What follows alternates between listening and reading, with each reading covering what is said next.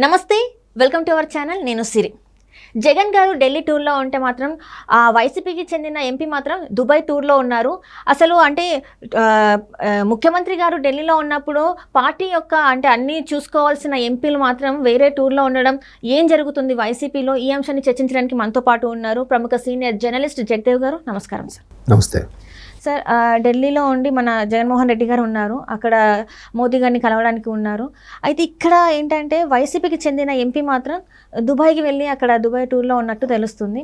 ఇంతక ఎవరా నేత, అసలు ఎందుకు పార్టీని వీడి దూరంగా ఉన్నాడు అసలు? అదే అంటే వేమిరెడ్డి గారి కోసం ఈ టాపిక్ వస్తుంది. యాక్చువల్గా ముఖ్యమంత్రి జగన్మోహన్ రెడ్డి గారు ఢిల్లీ వెళ్ళింది రాష్ట్ర ప్రయోజనాల కోసమని వైసీపీ శ్రేణులు వాళ్ళు చెప్తున్నారు. రాష్ట్ర ప్రయోజనాలు అంటే ఖచ్చితంగా ఏవైతే శాలరీస్ గురించి కానీ పథకాల గురించి కానీ వాటి గురించి. ఇంకోటి ఏంటంటే ఆయన 60 ఏళ్ళకి రిటైర్మెంట్ది 62 ఏళ్ళకి చేశాడు కాబట్టి ఈ ఒక్క ఫిబ్రవరిలోనే కొన్ని వేల మంది రిటైర్ అవుతున్నారు. వాళ్ళందరికీ ఆ రిటైర్మెంట్ అమౌంట్ అది ఇవ్వాలంటే 30,000 పైన ఎంతో ఖర్చు, 30,000 కోట్ల పైన ఖర్చు అవుతుందంట. సో దానికోసం రకరకాల రాష్ట్ర ప్రయోజనాల కోసమే ఉండి, ఇంకోవైపు ఏంటంటే టీడీపీ అధినేత చంద్రబాబు కూడా అక్కడే ఉన్నారు. అక్కడ వాళ్ళు పొత్తు కానీ ఇక్కడ వీళ్ళు పొత్తుకు కుదురుతుందా అనే దాని మీద మాట్లాడడానికి వెళ్ళారని కూడా ఒక వార్త వస్తుంది. ఇదిలా ఉంటే ముఖ్యమంత్రి కాకుండా వైసీపీ అధినేత కూడా కదా జగన్మోహన్ రెడ్డి. అధినేత ఢిల్లీ వచ్చినప్పుడు ఆయనతో కలవాలి, ఖచ్చితంగా ఆయన కూడా ఉండాలి, రాష్ట్ర బాగోగులు చూసుకోవాలి. పార్టీ చీఫ్ వచ్చినప్పుడు సో వేమిరెడ్డి గారు ఈయన వస్తున్నారని తెలిసినా కూడా ఆయన దుబాయ్ వెళ్ళారట. మేబీ ఆయన సొంత పని మీద వెళ్ళి ఉండొచ్చు, కానీ ఇలాంటి సందర్భాల్లో వెళ్ళడం అనేది కరెక్ట్ కాదు. ఆ సొంత పని పోస్ట్పోన్ చేసుకుని కూడా వెళ్ళొచ్చు. ఇప్పుడే వెళ్ళారు ఎందుకంటే జగన్మోహన్ రెడ్డి గారిని కలవడానికి ఆయన మక్కువ చూపట్లేదు అనే ఉద్దేశం ఆయన వెళ్ళారని కొన్ని వార్తలు వస్తున్నాయి. ఎందుకు కలవడానికి ఇష్టపడట్లేదు అంటే ఈయన నెల్లూరు రాజకీయాలకు సంబంధించి కొంతమందిని సూచించి వీళ్ళకి టికెట్ ఇవ్వండి, నేను వాళ్ళని గెలిపించుకునే బాధ్యత నాది, వాళ్ళకి ఫండింగ్ కానీ సపోర్ట్ కానీ అన్ని రకాలుగా కొన్ని చూచాయిగా ఈయన చెప్పారు. చెప్తూనే మాజీ మంత్రి అనిల్ కుమార్ యాదవ్ గారి మీద ఉన్న వ్యతిరేకత గురించి కూడా మాట్లాడినట్టుగా కొంతమంది వైసీపీ శ్రేణులు చెప్తున్న వివాదం ఇది. అనిల్ కుమార్ యాదవ్ గారికి కొంచెం వ్యతిరేకత ఉంది కాబట్టి ఆయనకి ఇచ్చినా పర్వాలేదు, కానీ ఆయన సూచించిన అనుచరులకు మాత్రం ఇవ్వద్దు అన్నట్టుగా అంటున్నారు. మరి అంతలో వాస్తవం తెలియదు.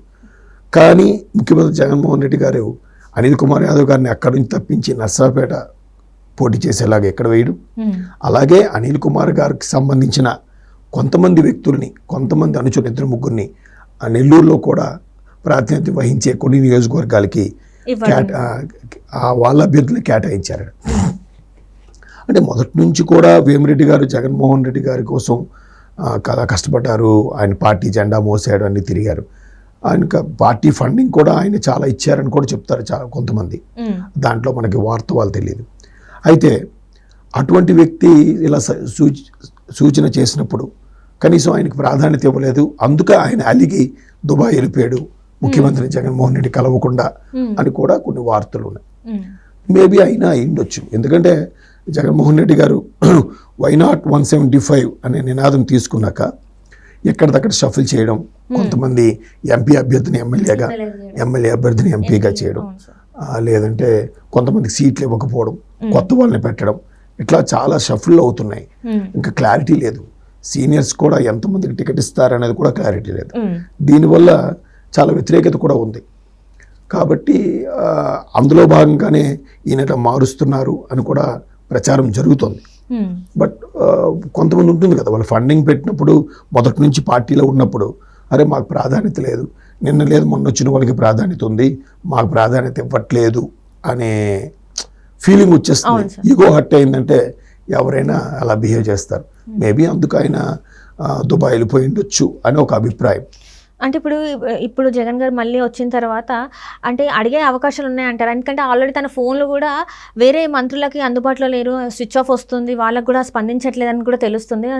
దీని తర్వాత పరిణామాలు ఎలా ఉండబోతున్నాయి సార్? అసలు ఏముంది, ఎట్లా ముందు ఎడమోహం పెడమోహంలా ఉంటారు, ముందు అలుగుతారు, తర్వాత దూరంగా ఉంటారు.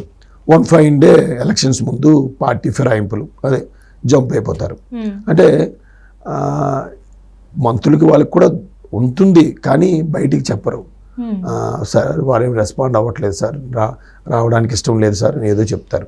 ఎలాగూ వైసీపీ నుంచి చాలా మంది జంప్ అయిపోతున్నారు, ఆ టీడీపీలోకి కానీ జనసేనలోకి కానీ, లేదంటే ఆ రెండు అవకాశం లేనప్పుడు కాంగ్రెస్ షర్మిలా గారితో కూడా వెళ్తున్నారు. కాబట్టి ఎలక్షన్స్ ముందు ఇలాంటివి సహజం. కాకపోతే వైసీపీ ప్రభుత్వ వ్యతిరేకత బాగా ఉన్న నేపథ్యంలో సొంత సిట్టింగ్ ఎమ్మెల్యేలకు కూడా 90 మంది ఎమ్మెల్యేల వరకు కూడా అవకాశం లేదు అని వినిపిస్తున్న వార్తల నేపథ్యంలో మేబీ వాళ్ళు కూడా జంప్ అయ్యే అవకాశాలు ఉంది. అంటే ఇక్కడ చూస్తున్నట్టయితే అమిత్ షా గారు ఒక సర్వే చేయించారు, అందులో 30 నుంచి 40 సీట్లు వచ్చే అవకాశం కూడా లేదు.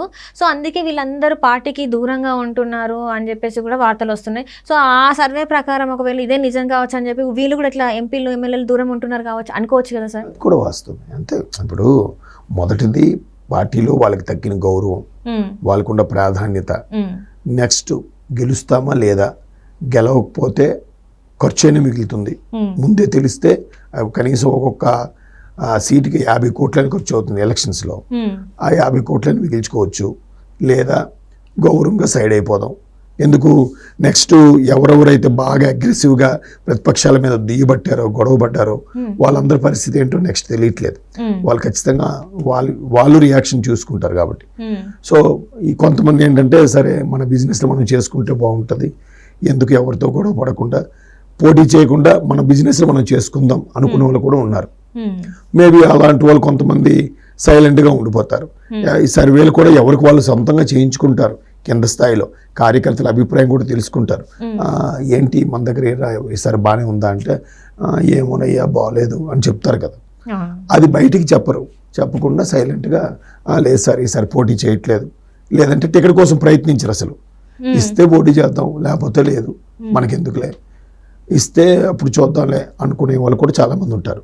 లాస్ట్ మినిట్లో జంప్ అయిపోయే వాళ్ళు కూడా ఉంటారు.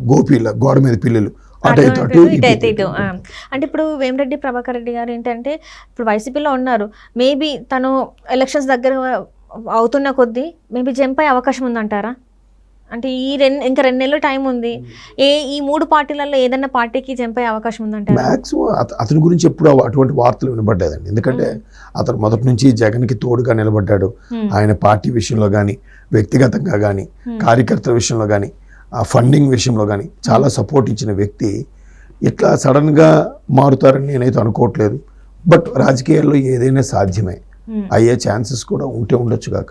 ఎవరు ఇటువైపు వాళ్ళు సరైన ఆఫర్ ఇచ్చారనుకోండి, లేకపోతే ఈయనే నేను ఇంత ఫండింగ్ పెడతాను నాకు ఆఫర్ ఇవ్వండి అన్నారు అనుకోండి, ఇవ్వచ్చు కదా. అంటే ఇప్పుడు మనం చూసాము టీడీపీలో కేశినేని నాని అనే వ్యక్తి వైసీపీకి వచ్చారు. అంటే ఇటు నుంచి అటువైన వాళ్ళనే చూసాం, కానీ ఇక్కడ నాకు సరైన ప్రాధాన్యత దొరకట్లేదు అని చెప్పేసి తన అల్లగడమో ఇంకేదో తెలీదు, తన వెనకాల ఉన్న వాళ్ళు కూడా వస్తారని చెప్పి ఆ నమ్మకంతోనే వైసీపీలోకి వచ్చారు. సో ఇట్లనే ఈయన కూడా ఇదే లాగా అనిపిస్తుంది కదా. సో తినేమన్నా జంప్ అయ్యే అవకాశాలు ఉన్నాయా, సో ఇలాంటివి ఏమైనా జరిగే అవకాశాలు ఉన్నాయని చెప్పి ఉండొచ్చు.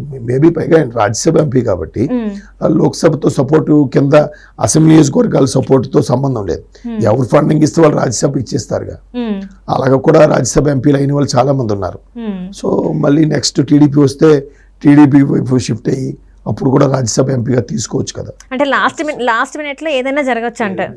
రైట్ సార్, రాజకీయాల్లో ఏదైనా సాధ్యమే. అంతే సార్. Right, thank you.